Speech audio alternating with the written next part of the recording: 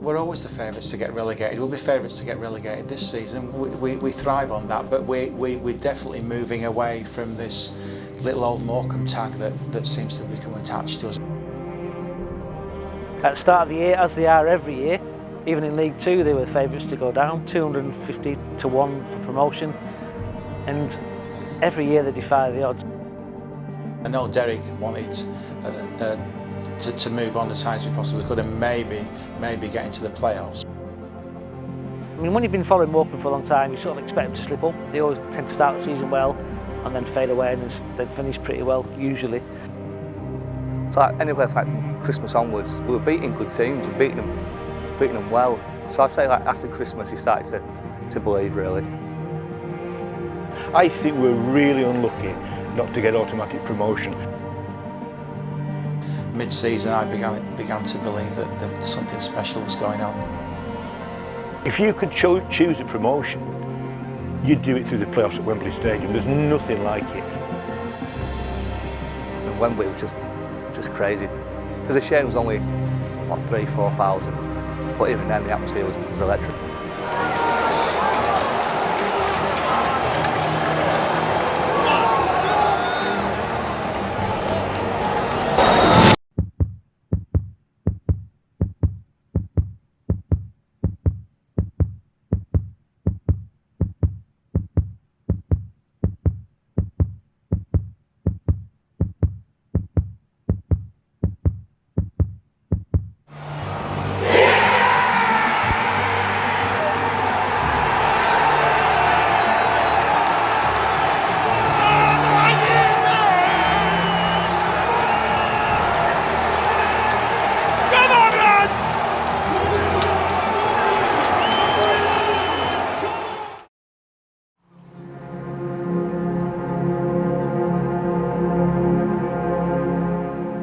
My grandfather, my granddad Elliot, took me down to Christie Park when I was maybe 6 or 7, so it'd be late 1950s, about that time. He was the one that introduced me to football, and we followed Morecambe, then in the Lancashire combination, all over the place. That went down to getting involved as a director in 1994. You know, it's a labour of love, really. You know, none of us on the board are paid. It's literally a labour of love, and the journey we've had has been just fabulous. And the family as well, the family engaged in it. You know, my kids were brought up around Christie Park, whether it be in the summer painting or having a barbecue or, you know, helping, doing whatever, and it becomes in the blood. It's my hobby, it's a second life, it's a second career, it's part of my family, you know. This is my family, what we do. I just love the place to bits. You know, obviously over the years I could have gone to other clubs, could have looked after some, what you would have called bigger clubs, but I don't want to. I want to stay in Morecambe because this is the place I love, and I love the club and I love everything it means to the community. I've been involved in the club for decades now, along with Rod obviously, and it evolved over the time in different roles, in terms of initially getting invited down to the club to help out with match day finances. The ticket officers and mess just used to come in after a game and chuck the money on the table. So being an accountant, I sorted all that out, put structures in, and then became company secretary, then became a director, then became a great honour to be made co-chairman with Rod a couple of years ago. And Morecambe to me is everything. It's like the one constant in my life, really. I've been going since I was like 3 or 4.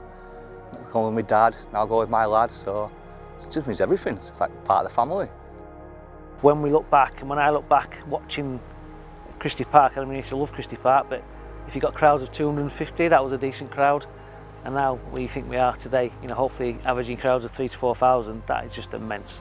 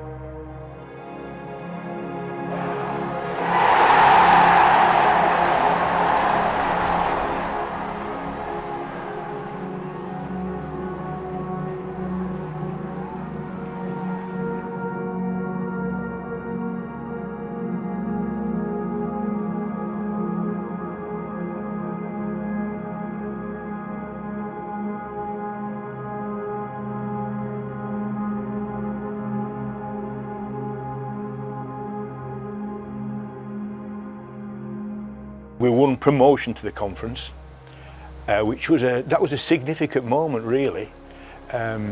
My missus did a lap of honour around the ground on our way to a restaurant in Lancaster, about 6 of us in the car, and she drove around Christie Park. She was dared to do it. So that was a really special memory. Was that promotion, and of course Jim Harvey was fundamental in that, built to that team. My first game as the reporter was Buxton away in the Northern Premier League. In the promotion winning season from the Northern Prem to the conference. But before then, they had a good team under Joe Wojciechowicz, and they almost got promotion then, but there was a story about them not really wanting promotion because the club couldn't really afford to get the promotion. And when you think, you've got to remember that Morecambe got promoted to the conference because Marine couldn't take the step up. Morecambe finished second that year. They didn't win the league. Marine were the team in first, but they couldn't afford the ground improvements that were needed.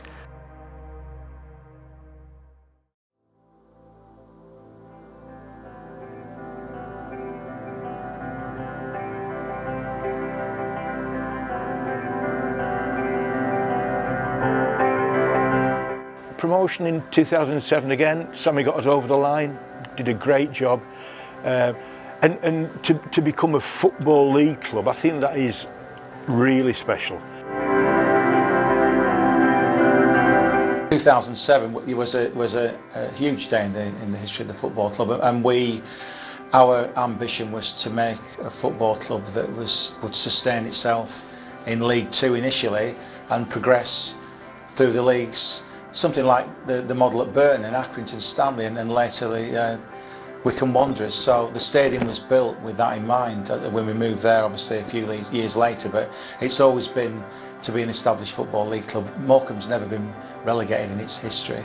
It's never lost a game at Wembley, and we don't want that to happen on our watch. To be Football League, one of the 92, yeah, it's crazy. From what we've come from, 80 odd years of non-league football. It's been a gradual progression, but what a progression it's been. Whereas some clubs, you think about the conference now, how big it is, or the National League as it's called. Teams in there like Chesterfield and Wrexham, Grimsby, some massive, massive clubs in that league. And Morecambe have gone the other way. So it's been amazing to watch, and it's been amazing to be part of it. No, I can remember getting Hull in the first round at FA Cup, and that being a big buzz, and there might be 1,000 people at Christie Park, and then I remember us going full time, and then that was like a big thing, because sometimes you come up to a game and so-and-so couldn't be playing because he was working overtime.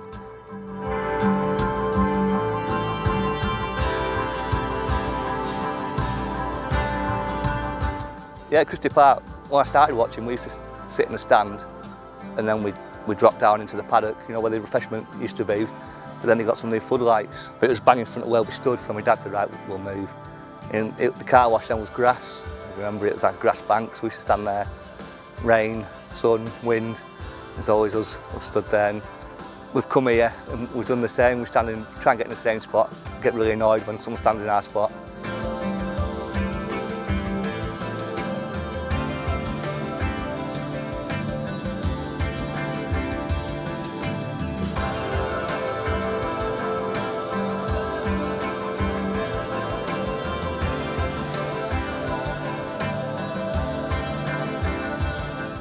The change of managers almost evolved. When you could even go back to Jim Harvey, he developed into the role, became a player manager, and Sammy McIlroy came in to help when Jim was taken ill, and he just naturally progressed with the job, and it seemed a natural progression to get Jim Bentley involved in the job, and he did a fabulous thing keeping us in the Football League and sustaining the football club.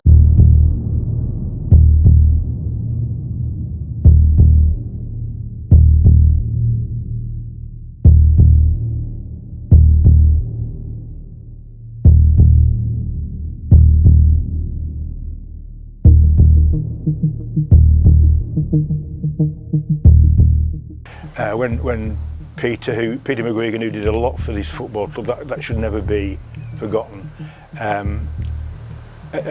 He invested substantial funds, and then when he sold, unfortunately that went very sour with Diego Lemos, and then Joseph Carla, and I could tell you some real stories there, but I'll reserve that for now. And I remember you being around at the time, and when Joseph Calla was floating around, and they were bizarre times. They really, you know, I didn't know if he was on this earth or Fuller's earth, to be honest. He was off the wall, and we came through it. And fortunately, we did get new owners with Colin and Jason, and they've stabilised the football club financially, and that shouldn't be lost sight of as well. And the rest of us around the board, Mick Horton, myself, Graham, we just kept working away. And I think that adversity makes you stronger, you know. I think it really gives you, it was a defining moment all that. Once we were through it, right, let's kick on. And we strengthened the board again with James Wakefield and Charlie Appleyard, who are local guys, don't live locally now, but they've got a passion for the football club. Well, it could have got a lot worse. It got really bad. Diego Lemos came here, and the whole, you know, thing around him, and then Joseph Calla came in as well, and the club was at its rock bottom. But every credit to the people, the staff here that stayed, didn't get paid. The players didn't get paid for, you know, a month, 6 weeks, 2 months, but they had one of the best runs of the season when they weren't getting paid. So, you know, it was bad, but it could have been a lot worse. And thanks to the new board of directors who've come on, and the owners came in, they bought the club, and they've done what they said they would do. So every credit to everyone involved for that, from the directors to the staff to the players, and they really turned it around, because that could have been the end of the club as you see it if people hadn't stepped in and stepped up. The worry on a, not on a monthly, not on a weekly, but a daily basis of how we were going to pay bills and how we were going to get through everything. That was something that grinds you down over a period of time, and thankfully we're through that now, and we have financial stability. Well, Rod Taylor and Graham Howells have been terrific frontmen as co-chairmen. They've led the club, but you can't forget they are fans as well, and they love this club, so they want to see it progress as much, if not more, than anybody else. And I think that's a real solid platform to build on. And then other people, Charlie Appleyard, James Wakefield, they're fans. They might not live in Morecambe anymore, but they are proper fans of this club. They've come along, they've had their input, they've added their expertise, and other board members along the way as well. Mick Horton, the secretary, what a good job he's done. And the owners, you know, every credit to the owners. You know, there were people that were suspicious when they came in, but they've done everything they said they would do, and they've helped this club get to where it is today. So I've been a fan for forever, and I would just go along to Morecambe and buy a ticket whenever I was in town and go and see a game. Charlie, who's my best mate, went to school with, he started to get a bit more involved in the club. I think, to be fair, it's probably linked to the fact that he got diagnosed with Parkinson's and suddenly decided that he wanted to do everything that he wanted to do in his future life, all now, immediately. You know, Charlie's almost like carpe diem now. Everything has to be today, which is understandable. But as a result, he got to know Rod and Graham because he sponsored the first team shirts. He got his company to sponsor the first team shirts. He got to know them. He got to know Jason and Colin, the owners, a little bit as well. I got to meet these guys by extension. Charlie and I were chatting more and more to both Jason and Colin, and also to Rod and Graham. And basically, we said, listen, we'll get involved, and we'll come along and we'll observe on some board meetings, and we'll just help out in whatever way we can, just a little bit of extra input, a bit of external eyes on things, and we'll just help out. And about a week or 2 weeks later, we got the paperwork through from the EFL to be whether we could be considered fit and proper to be directors of a football club.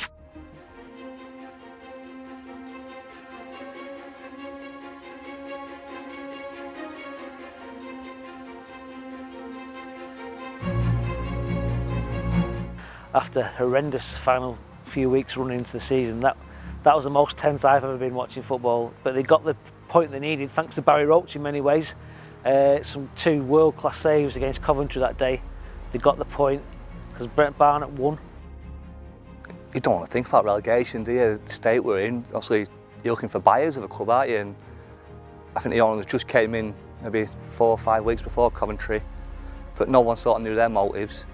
But to be in a point where we needed 1 point last game of the season after all they've been through, players not getting paid, you know, full credit to Jim Bentley and the players that played that season. It can't be easy if you don't know if you're getting paid from 1 month to the next.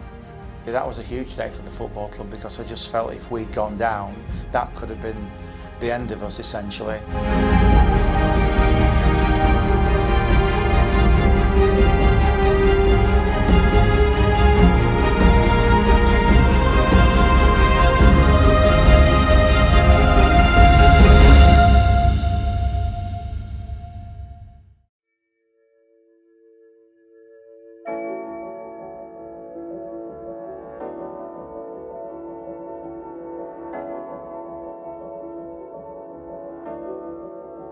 Yeah, I mean, for myself as a manager, I like to say I like work ethic, I like the players to be disciplined, and the one thing I like about my players is the willingness to improve as a football player, and if we can get that, then we'll certainly get the club moving, you know, further up the league, and that's where we want to be. It's about improving your players individually and collectively to make them a better unit.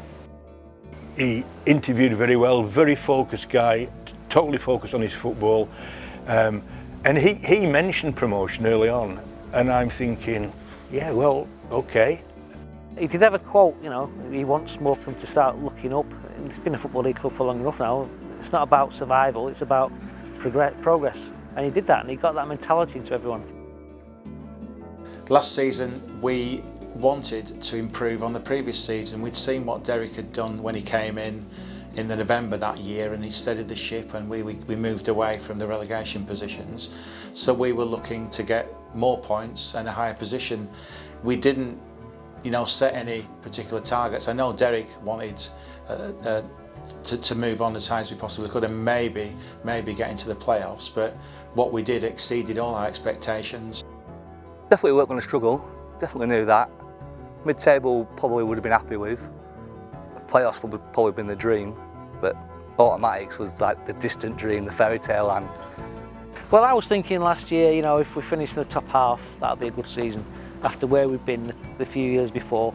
I actually thought COVID might just make it a bit of a more level playing field, without the fans, without the money in there.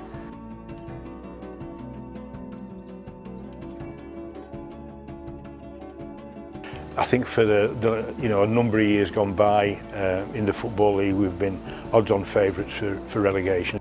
We're always the favourites to get relegated. We'll be favourites to get relegated this season. We thrive on that, but we're definitely moving away from this little old Morecambe tag that seems to become attached to us. And Derek was a big part of moving away from that. We don't think that we are favourites to get relegated. We think we're building a good squad with a good manager there. I mean, when you've been following Morecambe for a long time, you sort of expect them to slip up. They always tend to start the season well and then fade away and then finish pretty well, usually. But there was no slip up. I don't think they lost 2 games in a row for a long time. They had a few early glitches where one they conceded a couple, they went on and conceded 3 or 4, but that just stopped. The defence was magnificent. The organisation of that team was fantastic. Sam Lavelle grew in stature. Carlos Mendes Gomez, who's now gone to Luton, what a season he had. Cole Stockton in the end kept coming up with the goals. The telling point was when Adam Phillips left, because I think a lot of people then thought Morecambe would struggle, and then Timani Digraga came back in. Him and Jan Songo were brilliant in midfield, and everyone knew their jobs and everyone did their jobs really well, and it was a fantastic season. For me personally, I thought in February, I thought we might have just gone and won it. I really did. And as I said before, I think we're a little bit unfortunate in some areas that we didn't do that, because I think we'd have been good value for it. But at the end of the day, the longer it went on, and once we'd cemented our place in the playoffs, even though automatic was still possible, you know, there was a feel-good factor, and they were a very together squad of footballers as well, incredibly so. Really worked for each other, and it was palpable, was that feeling within the dressing room. Well, when you're going through the season, you get to November time and you're planning for the January transfer window, and it's what do you want to do now? Do you want to stick or bust? And we wanted to continue with the progression of the team. So for me, probably when we got to January and we're still there or thereabouts, and we've been there for quite some time, you begin to feel, well, yeah, we can do this, we can do, and maybe, just maybe, we can get automatic promotion as you get towards the end of the season. And we were always in the frame when you look back over the matches, even with the sort of knockback we had late in the season against Bolton, we still mathematically had a chance of automatic promotion. So I'd say mid-season I began to believe that something special was going on. If you could choose a promotion, you'd do it through the playoffs at Wembley Stadium. There's nothing like it. You know, Cheltenham won the league, and the likes of Bolton Wanderers, third place, but they haven't experienced that.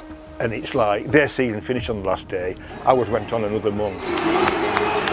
It was a massive shame for me the whole season that fans couldn't be there. As it was, one, it was a centenary season, and two, it was the best season on the pitch that the club's had for many, many a year. So the fact they could get into the playoff semi-final, that was a real boost.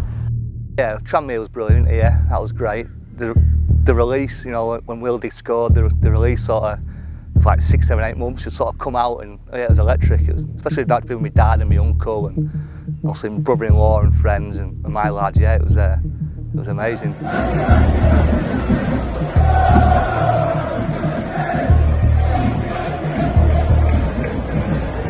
There's nothing like being inside a football stadium, and the thing is about football at our level, and I mean that, be it Conference League 1, League 2, you feel more involved in it. It's not, and possibly even Championship. It's not like the Premiership where the players are totally distant from supporters.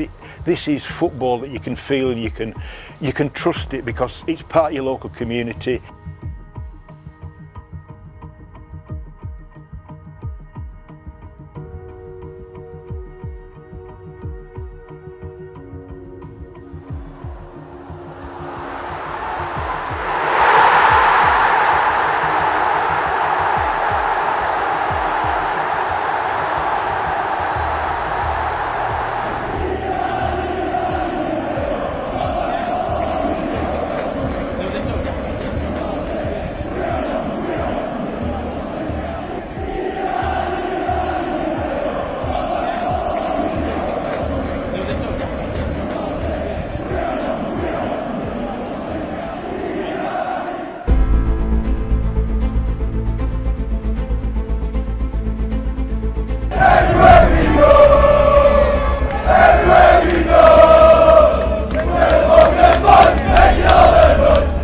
I think it was always going to be, we anticipated it was always going to be a tight game. We stayed in the hotel overnight where the squad was staying. There was a certain buzz about it. They didn't appear nervous at all. Very calm. Derek was very calm, and John McMahon. And I didn't feel nervous at all until into the stadium, and that's when I had a bit of flutter and nerve. But before that, it was quite surreal, really. It was odd. Going into the final, I was quietly confident. You don't go into a game expecting to lose. I always travel with hope, and given on what we'd gone into the playoffs as a bit of a form team, I felt confident that we'd get a result, particularly given that I don't think things had gone for us in the league games against Newport in the season with sending offs and various shenanigans going on and off the pitch. So I just felt confident and comfortable that we were going to get the right result.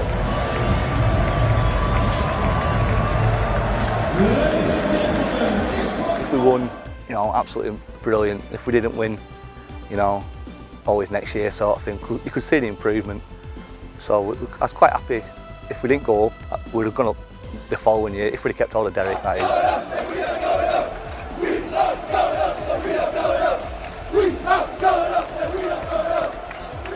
Although it was a limited crowd, there was a great atmosphere. The Morecambe fans were just, once again, magnificent, made loads of noise. I think they outsung the Newport fans.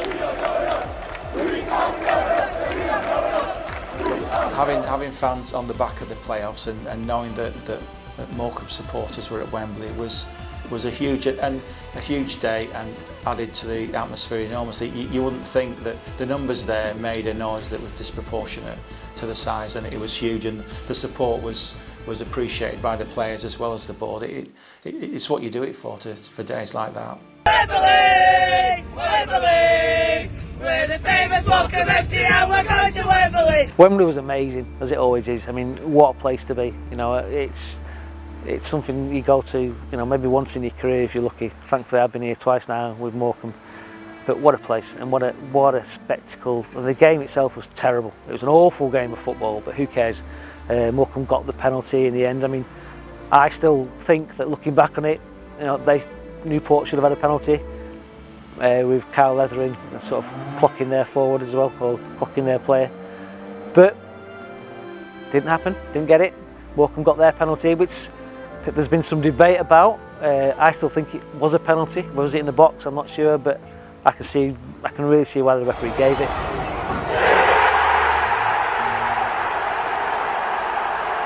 It was a tight game. It was nip and tuck. It wasn't the best game of football you'll ever see. It was a bit of a chess match. And then we get a penalty, and I just thought, we're all cheering, but I thought, we haven't scored this yet. And then Carlos Mendes Gomez stepped up, absolutely cool as a cucumber, sent the keeper the wrong way, and it's there.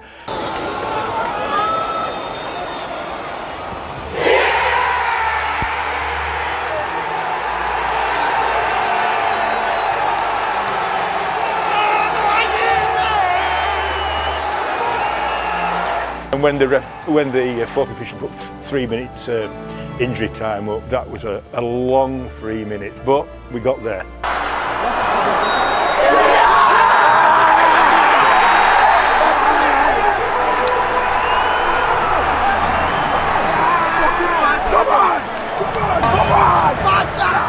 It was wonderful. It was absolutely incredible. I was lucky enough to take my mum and my kids, and I'm not sure that my kids have ever seen their dad lose his cool quite so much as they did that day.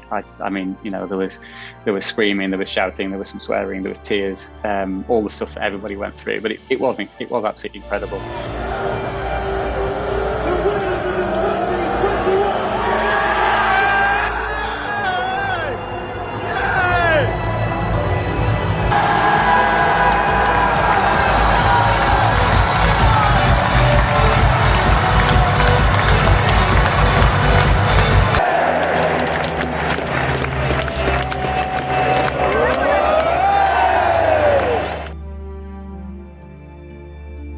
Oh, it's jubilation. It's even more because I had my boy with me.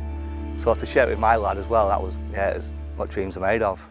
It was just a great atmosphere. I love it when Morecambe fans, it's just a shame we could only have 4,000 there, because I can't think we'd have had 10,000 again. And it's a day out for Morecambe. Shame we couldn't have the bus going down the promenade again like we did last time as well. Because Morecambe should be proud of this club, The club's proud of Morecambe, and the people of Morecambe should be proud of the club as well. And days like that bring everyone together. I think one of the most important things about what that game was is that it was basically like the last 2 minutes of extra time when you look at where it's sat in the context of the whole season. And my analytical, sensible, objective brain knows that Newport can feel hard done by in that game. But over the course of 49 games, Morecambe were the better team. It was a very emotional and special day, and Rod and I were lucky enough when the final whistle blew to be allowed to go down onto the pitch as we had done in 2007 and enjoy that experience with the players and walk around and applaud the fans. It was emotional and a special day, and one of those things that stays in the memory bank forever. They defied the odds. It's unbelievable in many ways, and Colin Murray on the quest, he loved Morecambe, he loves us, because he just says that we were the story of the season. I think he was right.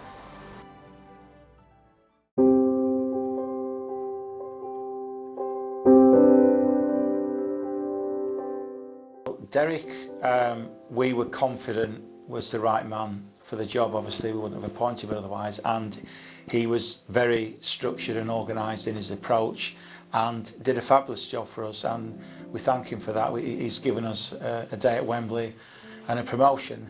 What I didn't expect, that less than a week after Wembley, to be sitting down with Rod and Mick Horton and interviewing new managers. So as I said, we thank Derek for what he did. He did an amazing job. He felt that he'd done what he'd set out to do originally to get us promoted to League One. He'd done it a bit quicker than he expected, and obviously his stock had risen with his involvement in Morecambe Football Club, but so had ours as well, so we both benefit from that relationship. I was a bit surprised. I mean, the rumours were around, the rumours were rife that he was going to go to Bradford. When they had sealed promotion at Wembley, I thought he might change his mind. I thought he had an unfinished business after what he'd done. Carry that on in a season in League One to see what happens. But he had the offer from Bradford. Obviously, it must have been playing in his mind. He got a 3-year deal. So unfortunately, he went to Bradford, and that was his decision. We got the choice right last time. Graham, I and Mick Horton interviewed, and we did the same again. As a board, we went through the applicants, dozens of applicants, whittled that down to 6 or 7, interviewed a couple, but right as we got those applications in, for some of us, Stephen Robinson, he shone through, and on interview he proved that. And I'll tell you what, he's 200 miles an hour. I'm glad he's gone home for the weekend because I've got a little bit of respite. It's non-stop, and Dermot Carroll alongside him, former player of ours, together with John McMahon. I think we're in for a decent season. I think we might just surprise 1 or 2.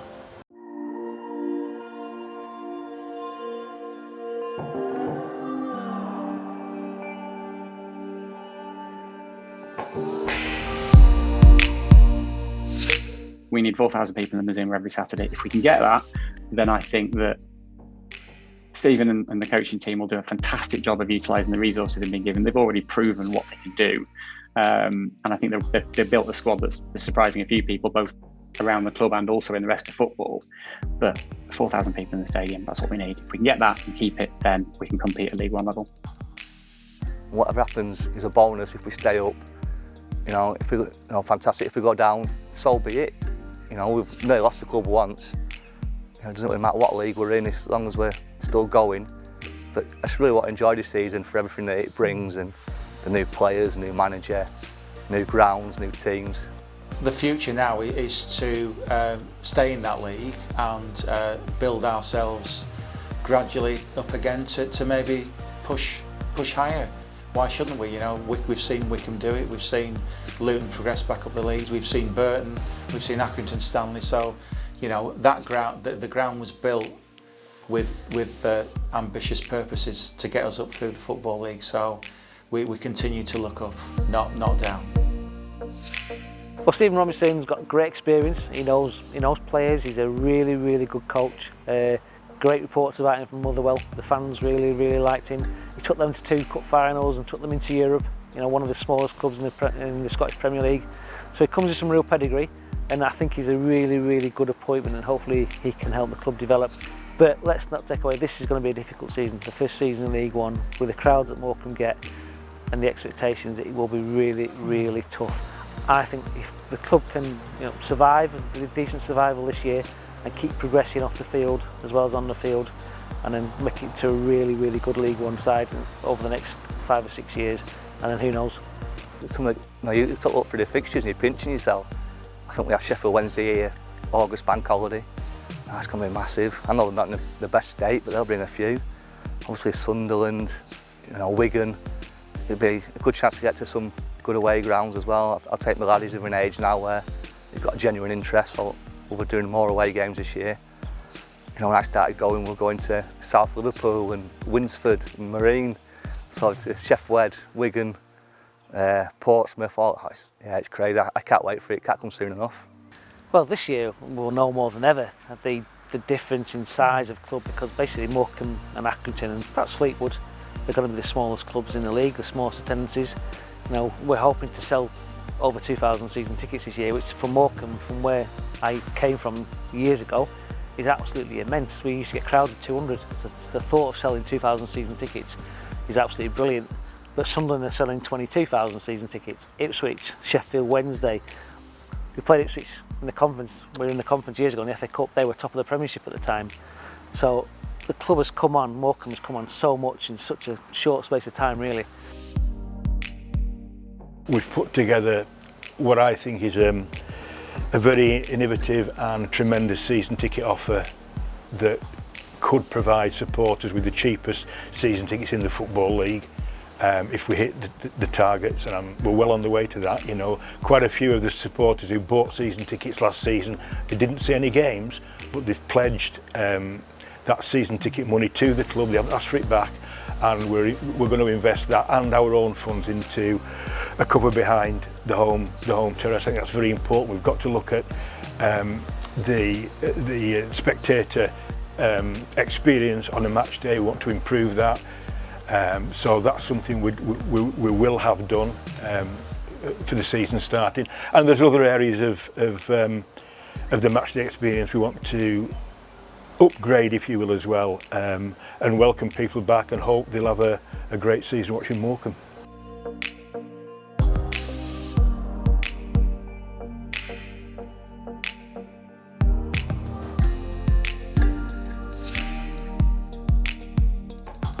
But there'll be some people who will look down our squad list and will look at the capability and the track record of the management team and look at the general sort of atmosphere around the club, and they'll probably say, Morecambe aren't necessarily going to be whipping boys, but then, you know, the bookies will probably still have us at the bottom of the odds list. It's almost expected that we're going to be the favourites to get relegated, but we love proving the bookies wrong, and we'll do it again this season. If Morecambe, the Shrimps, can compete, and can not just compete, but can beat those with more resources and more of a natural advantage, then, well, you know, people start to think that anything's possible. Let them keep doing it. It's fine with me. Just let them keep doing it, and we'll defy the odds all the time.